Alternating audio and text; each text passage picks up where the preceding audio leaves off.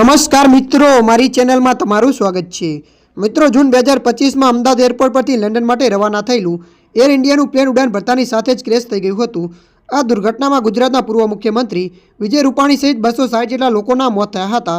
હવે આ વિમાન દુર્ઘટના મામલે નવો ખુલાસો થયો છે। અમેરિકાની એક પ્રતિષ્ઠિત હવાઈ સુરક્ષા એજન્સીએ દાવો કર્યો છે કે આ અકસ્માત પાછળ મોટી બેદરકારી જવાબદારી હતી અને તપાસ દરમિયાન મહત્વના દસ્તાવેજો છુપાવી દેવામાં આવ્યા છે। એવિએશન સર્ટિફિકેટ ફાઉન્ડેશનના એક્ઝિક્યુટિવ ડાયરેક્ટર એડી પિરેસને મોકલવામાં આવેલા ઈમેલમાં જણાવ્યું છે કે ઘણા મહત્વપૂર્ણ દસ્તાવેજો તપાસ અધિકારીને પૂરા પાડવામાં આવ્યા ન હતા। પિયર્સને દાવો કર્યો છે કે તેમના હાથમાં કેટલાક ગુપ્ત દસ્તાવેજો આવ્યા છે, જેના પરથી તેમનો દાવો છે કે વિમાનમાં લાંબા સમયથી શોર્ટ સર્કિટ, ધુમાડો નીકળવો અને વાયરિંગની સમસ્યાઓ સતત આવતી હતી। આ દસ્તાવેજોના આધારે સંગઠનનું માનવું છે કે વિમાન દુર્ઘટના પાછળ ઇલેક્ટ્રિક ફ્લ્યુઅર મુખ્ય કારણ હોઈ શકે છે। ત્યારે મિત્રો, હાલ માટે આટલું। મળીશું નવી અપડેટ સાથે। જો તમને અમારો વિડીયો પસંદ આવે, લાઇક, શેર અને સબસ્ક્રાઈબ કરી નાખજો। ધન્યવાદ।